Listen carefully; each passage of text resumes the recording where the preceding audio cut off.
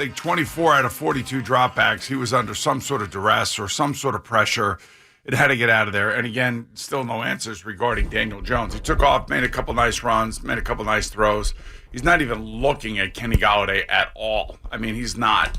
I mean, there are a couple times where I was trying to watch whether or not he was going to look at him. And, I mean, he doesn't even look at him. I mean, if I'm Kenny Golladay, I got to be really, really frustrated because I'm not, even though he drops a big pass and he has a reception that's called back because of an idiotic pass interference call on Sterling Shepard, which is incidental contact. And we saw that twice this weekend in NFL games. I can't remember the games. I was trying to think.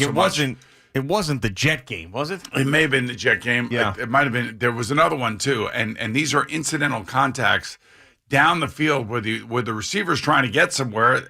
There's a defensive back that's following another receiver, and they run into each other.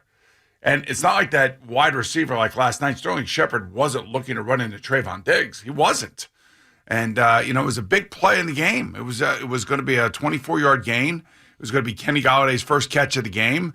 Maybe he gets into the game a little bit. It was a little bit of a helter-skelter play by Daniel Jones. But, here's the problem with the Giants. And, again, it goes back to, first of all, Kayvon Thibodeau was invisible. Yeah, really did nothing. Tip one pass, that was it. Really did nothing. It's his first game. He's got to get used to it.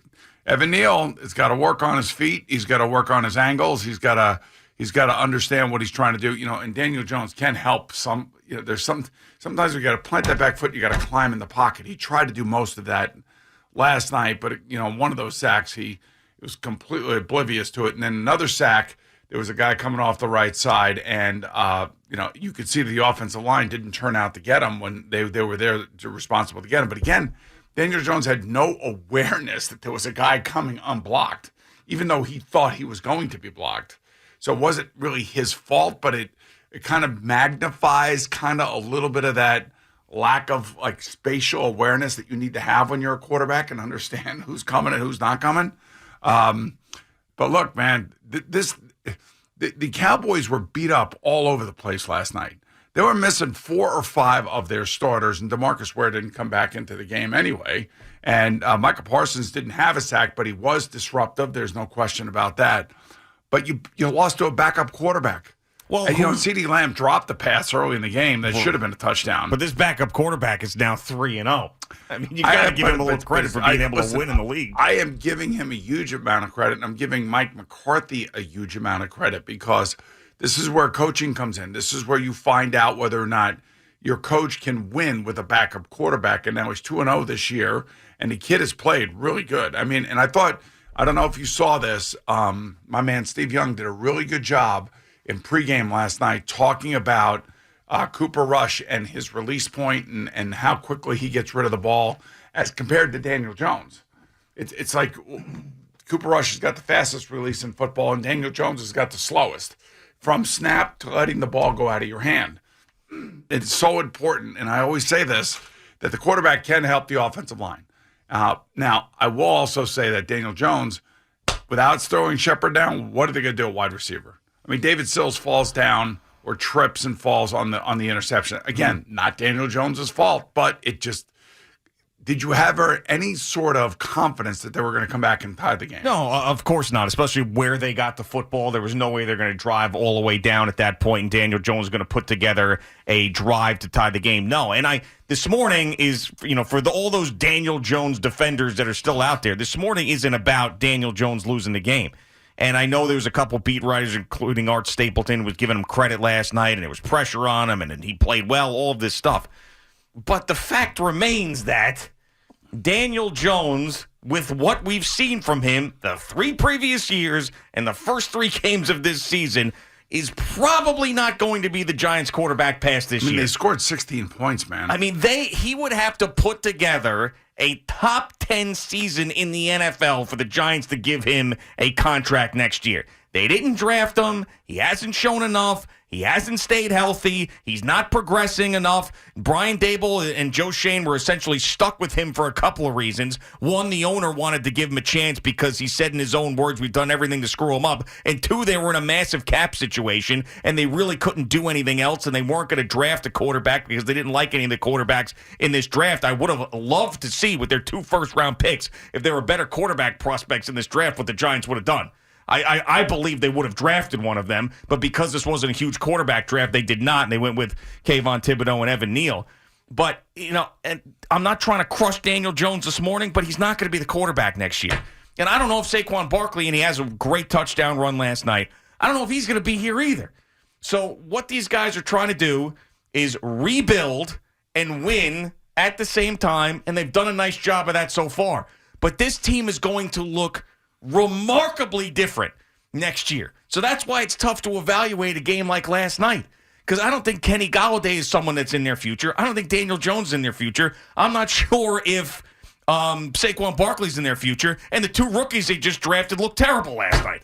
So I really don't know how to evaluate the Giants right now because this team there's going to be a humongous roster turnover at the end of the season. It's kind of like what the Bears are going through right now. The Bears are going through that roster turnover. I think they changed over 30 different guys this offseason under their new coach and under their new GM. So the Giants are kind of going through that same thing. All I can tell you is that the Bears passing game is awful. It is about as bad as it gets. And Justin Fields looks all out of sorts. His confidence has got to be, in the toilet, and the Giants have a chance to go 3-1 after a quarter of the season. Yeah, which would be great. And that would be an unbelievable start for them. Yeah. But last night was disappointing because the amount of Cowboys that were missing from the game, and just simply because the Giants have no threat at wide receiver whatsoever now. It's in a league where wide receivers are at a premium, and every week they're making plays. Like CeeDee Lamb makes the play last night, makes an unbelievable catch. Even though he drops 2 easy ones, actually. He makes the catch to win the game. And I wonder if the Giants would have driven all the way down, would Brian Daboll gone for 2 again? Oh, I would hope so. I mean, we've seen it before, obviously, in week 1. And that's what I was hoping. I was hoping to get to that. I wanted to see whether or not he would do that. I don't know if he would have done it at home and against a backup quarterback, who played a solid football game. He didn't turn the ball over. Yeah, he gets rid of the ball, gets everybody in the right situation. There's a lot of what they call check with me's at the line of scrimmage, running the ball away from the way the defense is set up. He did a good job overall handling the blitz. A couple times, Wink Martindale, there was the 3rd and 16. And they pitched the ball, I think, to Zeke Elliott, and he ran down the sideline for about 20 yards. And that's where the defensive coach has got to back off a little bit. You can't just keep sending everybody. Obviously, somebody, maybe it might have been Julian Love, I'm not sure, but somebody on the right side of the defense, the left side of the offense, did not keep contained. Went inside, got pushed down by CeeDee Lamb, and out comes Ezekiel Elliott. And those are plays that should never happen in the NFL. With all the speed that you have on the field, you don't have to be overly aggressive. And that's where the overly aggressive Wink Martindale basically, allowed the Cowboys to run a play that should have never gotten a first down. And I'm thinking to myself, this must have been something that Mike McCarthy and his coaching staff had seen on tape already. So they called a play on 3rd down, and they end up getting the first down after that. But I look, it's a team that's building. It's going to be reformulated, as you I think aptly and accurately have pointed out, since Joe Schoen and Brian Daboll got here, and this was just another typical giant, low scoring, slug it out offensive game where the offensive line gets overwhelmed, the quarterback's running around, and they're not making any plays down the field that resemble anything that we see with the far majority of NFL teams. Right? They got no presence at tight end. Right. They just lost their best wide receiver. I don't know what Kadarius Toney's doing. Kenny Galladay's got to be really, really frustrated. Well, I mean, you mentioned the wide receiver and no wide receiver to speak of. There are 2 guys on the roster that are capable. One was their biggest free agent signing last offseason, not this past one, but the previous one under Dave Gettleman. Another one was a first-round pick. So both of those guys have to figure it out. And I know that Brian Dable's not just going to throw him in there for the sake of throwing him in there because you got to earn your playing time under this new head coach. But that both those guys are there, and they should be more productive than they are. I was trying to follow Daniel last night and watch a couple times if I could see whether or not he was even looking towards Kenny Golladay. And, early on in the game, there was a couple Kenny Golladay was on the left side, and he was running a couple out patterns or comebacks, whatever you want to call them. And Daniel wasn't even looking at him, and it was one-on-one. And, it's going to take a good throw, and it's going to take a really good catch. But they have no synchronicity. Is that what they're just? He's not even looking at him. I don't even know. Is that because he's like the third option in the read because Brian Dable and Mike Kafka want no part of Kenny Golladay? No, is that the reason why? No, it's not true. I mean, you get out there, you read the defense, and just because a certain play is called. Now, remember, my final year in Cincinnati, we had a lot of young, really good wide receivers, but they were kind of lost, and they were lost because the previous quarterback, Jeff Blake, and Carl Pickens had such a tight bond with each other that Jeff would throw the ball to Carl no matter what the coverage was, knowing that Carl would most likely come down with it. And, that's something that, you develop over the years with somebody that you're close with and somebody that you trust on the field. And I remember Jeff got hurt, and then Carl got hurt. And I was in a meeting with our wide receivers, and we were going over tape and everything.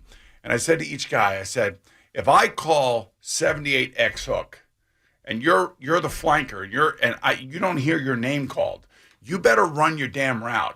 Because if this guy is covered, I'm coming back. And I want everybody on here to recognize that you have got to be ready to roll no matter whether or not the play is called for you or not. And, the way we would call our plays in the West Coast offense is sometimes you would distinctly say a particular position player's either his name or his position, but the other four corresponding route runners would all have to run their routes depending on what he's doing. And everybody has to be in sync. Everybody has to be able to space the field. And then the quarterback has got to go through his progressions quickly and kind of decide, like in a moment's notice, where you're going with the football. So I would call 78X hook, let's say. I would look to my left because that's where my X receiver is. I'd see two guys running towards him, immediately drop him, come all the way back across the formation and find my flanker, the Z position, Darnay Scott. And I'll never forget hitting Darnay Scott on one of these plays and him coming back with his big smile going, this is unbelievable, not realizing that he could actually get the ball in one of these particular plays where his number wasn't called in the huddle. And I said, this is the way it's supposed to work. You're supposed to go through your progressions quickly. So if I get up there and I see that there's one-on-one out there with Kenny Golladay, if I trust that guy and I believe in that guy, I'm going to that guy. Yeah, it's going to be fascinating to see how Brian Dable handles these two guys. Kenny Golladay and Kadarius Toney, now with Sterling Shepard out for the year, you would imagine, with this crazy non-contact injury last night. And you feel terrible for him, battling back after the torn Achilles last year. He gets carted off last night. It's probably an ACL. And how many guys are going to go down? I mean, we've seen a lot of teams, visiting teams, cart guys off that field. Yeah. Is there another field in the NFL that gets guys carted off as much as this field? It doesn't seem like it. I mean, we're here. We see it a lot. So I don't know, but it feels like the MetLife Stadium turf is probably the worst when it comes to injuries. I don't know what it is. I don't know. I don't know if it's the turf itself or the way that the ground underneath the turf is. I don't know what it is. But now, you said they were thinking about going back to grass at some point? I think they're going to go back to grass, at some point. But I don't know. This is just another injury, another guy carted off. And the turf had to play a part in this one. It just had to. If you watch the injury, there's no other explanation. There's no contact. I know. Yeah. I mean, but he's just jogging too. It's not like he's making a cut. He's jogging straight. It's crazy. I don't know if it's the shoes in the turf. I have no idea what the reason is. I know the guys that are listening to us that run the stadium, that put the stuff in and everything are probably like, it's not the turf. It's not there. Well, it's something. Right. It's happened too many times. Way too many times. I mean, the San Francisco 49ers lost like half their team on that turf one. And when Kyle Shanahan went off, guess what? He got a call from the commissioner. Hey, Kyle, shut the hell up. Right. Don't be getting after the turf or the field or any of that stuff. We can't do that. We can't have that. This stadium costs, $1 billion. Yeah, it's $1 billion for what? That stadium stinks. I mean, that's really one of the worst in the NFL. It's got no feel to it. I'll tell you, it's going to be really interesting. I'm going to say this. In 2025, I think the Jets can get out of their lease there. And I wonder that if, Woody Johnson ever has the inkling to sell, he could sell the team and whoever the new owner is, build a new stadium in New York somewhere. That would be great. 2025? The problem is that facility that the Jets have out there in Florham Park is ridiculous. How nice it is. Yeah. I mean, they're not going to be leaving there anytime soon. I don't see that happening unless they, change that into something else. Unless, maybe the college over there uses it. But I don't know. If you're spending $6 billion for a football team, does that really matter?